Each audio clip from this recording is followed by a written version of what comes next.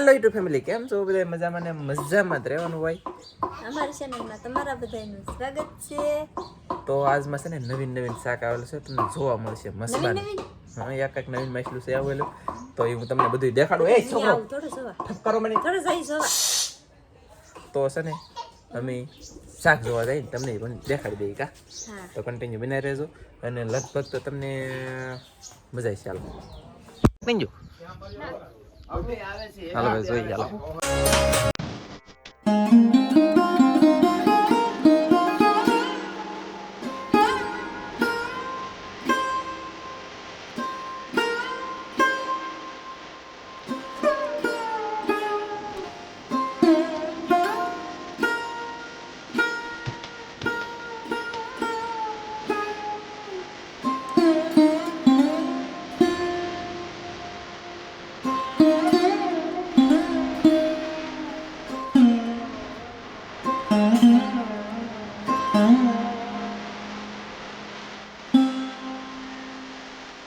છે ને મગરા છે, બોલો તો હાંડા લીલા ગુલ્લા મસ્ત આવી ગયા. જો આ નવીન માછલું કતો છે કે સોયું મેરે ઓલું આવ્યું એવું નહીં કા બીજું કઈ નહીં. બોલો કેવું તો આપણે આપી એ તો લાંબા બાંગડા જેવું હતું. હા આમ છે બાંગડા જેવું હતું ગુમલા નાખજો બગલ અલગ છે કા. ઓહો એ કેવું છે આનું? કોકના માછલીનું નામ, આનું નામ આવડતું હોય ને તો કોક ખરેખર કેજો કા. હા એ પીળું આવ કા. હા તો પાછું આ પીળું નથી અને શું છે એલા દરિયામાં નત નવા જીવડા હે ભાઈ. તમને બધાને પૂછું, કોમેન્ટ કરીને કીધો શું છે એમ કા. બોલો વાંધો નહીં હાલો.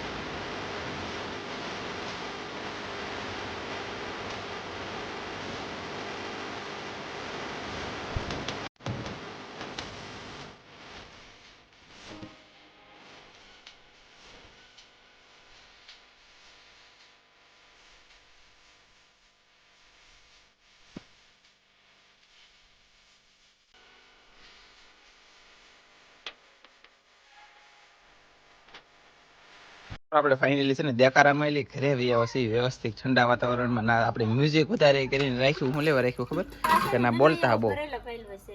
વાવ. અને મચ્છી તમને જે દેખાડી એનો ભાવ બધો કીધે છે અત્યારે, અને હું હતું એ કીધે. નાનો છે, મોટા ભરેલા પેલા હોય એના 700 રૂપિયા ભાવ કિલાના. હા કિલાના. પછી શેળવાનો ભાવ તે 700 રૂપિયા કિલાના.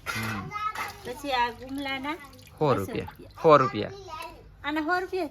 હા 100 રૂપિયા. 200 રૂપિયા કેમ આવ્યું મગજમાં? 200 માં નો વેચતા.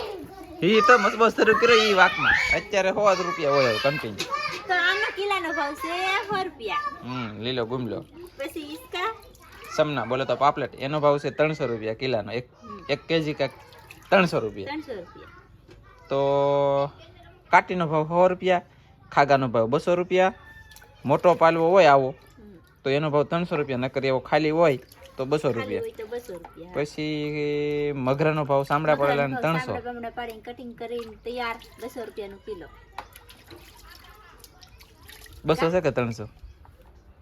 કેટલું? 200 નહીં 300 છે. મને કઈ ખબર ન હોય છે ને. 150 રૂપિયામાં સાંભળા પડ્યા કે નાખા નથી. મને ફંડિયાનો ટેટમનો ભાવ હા તો એનો કઈ જતો. એ ટેટમનો ભાવ છે 800 રૂપિયા. હા 1 kg ના 800 રૂપિયા લો. પછી હા પછી હોંડિયાનો ભાવ છે 500 રૂપિયા. 1 kg પછી ના નાના 500. નાના ઢુમલા ને એવું હોય એનો 200 રૂપિયા. પછી માછલીનો ભાવ છે 300 રૂપિયા. પછી મોટી પછી હોય તો ફૂલ મોટી માછલી આવે એના 400 રૂપિયા. વાહ, બહુ પૈસાનો ભાવ હો તમારે. સાચી વાત છે. તમને એમ થાય ને હકીકતમાં ભાવ છે જ તે આપણે પહેલા નંબરે ભાવ છે હવે આપણે. સાચી વાત છે. તો છે ને ફોન આવી જશે, ઉપાડ લઉં અને પછી તમને પાછો કંઈક મળું કા. હા સૂકા ગુમલાનો ભાવ જણાવીશું તમને. તમે વિડીયો જોતા રહેજો. સૂકા ગુમલા હુકા હે ને હારા મસ્ત. પછી હા બોલો બોલો. શું ભાવ છે? કાંઈ નહીં, તને વિડીયો ઉતારતા નાટા મારતા. સરસ મજાનું મસ્ત મજાનું શાક બની ગયું છે ને આપણે બેસી જશે જમવા. તો ચાલો બધાય જમવા. વાહ. ગાંઠિયાનું શાક.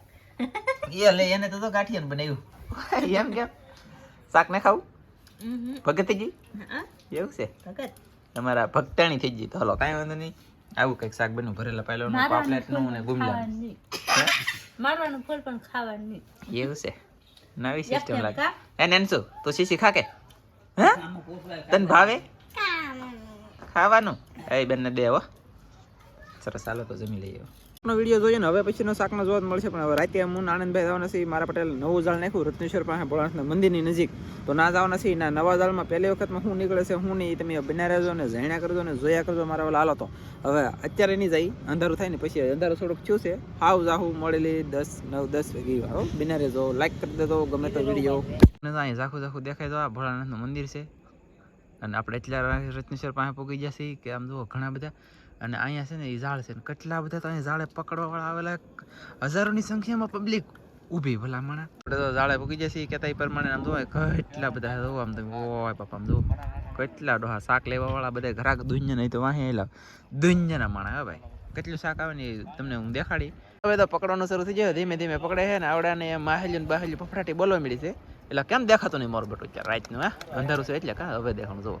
તો આવી રીતનું છે ને પકડાય ને પછી શાક તમને તા ઓલે ડોલમાં નાખશે ને એવા દેખાડી ડોલ છે ને એમાં પછી જોઈએ આપણે કેટલું શાક આવે કેટલું ને એમાં આવે પકડે હે. તો અહીંયા માછલી છે તમે જોઈએ તો શું માછલી નથી પણ પહેડો છે જો અહીં મસ્તીનો પહેડો છે એક. અને કેવો આવે જો થોડે કેવો વાહ.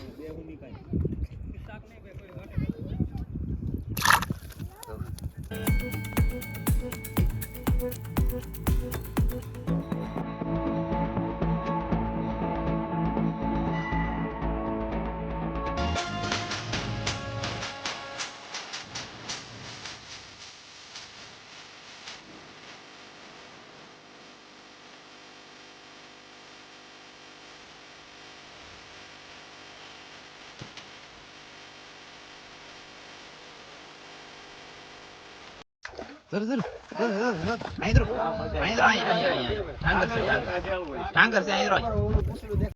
મોટું માહિલું હતું કે આમાં કઈક ધોડે છે પણ ત્યાં ગયું કઈ ખબર નથી. આ ભાઈ તાણે છે મારે કિશોરભાઈ પછી જોઈ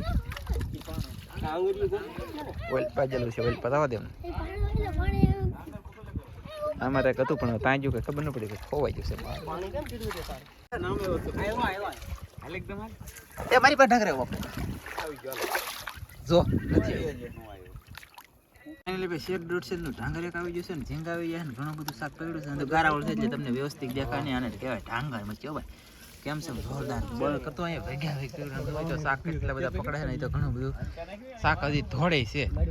તો જોઈએ છે હાલો. ઘણી બધી મહેનત કરીને ઘણા બધા આટા માર્યા. અડધી કલાકની બદલે 2 કલાક 1.5 કલાક તો થઈ શકે. હે 1.5 કલાક લગન મેં આનંદભાઈ એના શાક પકડાયું અને પકડ્યું બધાએ. હજી તો પાણી હતું ખાલી થયું નથી. અને 2 થી 2.5 કિલો એટલું શાક આવ્યું પણ કોણું અને ટીટમ બોલે તો ઝીંગા. તો કઈ શાક બહુ આવ્યું કહેવાય નહીં. શું લેવા કે એનું ઝાડ ઉસકી ગયેલું હતું એટલે. તો ઝાડ ઉસકી જાય પછી તો એનું હોય તોય આપણું હોય તોય પછી શાક ન આવે. કોઈનું ઝાડ ગમે એનું હોય તોય કેમ કે ઓછું થઈ જાય હેઠેલી એટલે હેઠેથી વહી જાય શાક ઢમ કરતા દરિયા ભેગું. એટલે એમ ઠેલી બેલી મેં દીધી અત્યારે સવારમાં આવશે પણ આપણે અત્યારે જવાનું નથી ના આવે કાંઈ. તો હવે એમ ભાગ્યા છે ઘરે કામાનંદભાઈ પછી તમને કંઈક ને કંઈક મળશું. આમ જો ઓય બાપા કેટલું ઘર અમારું દૂર છે તો વાત ન પૂછો. રત્નેશ્વર ઘટ આવ્યા એટલે કાંઈ વાંધો નહીં યાર બેને રહેજો મજા આવશે. પછી એટલે આપણે ઘરે બેરે પૂકી જશે ને વ્યવસ્થિત મજા આવે હોઈ જવાનું છે. એટલે કે વિડીયો એડિટ કરવાનું છે કામ ઘણું બધું છે. 11,500 રૂપિયા થઈ ગયું છે.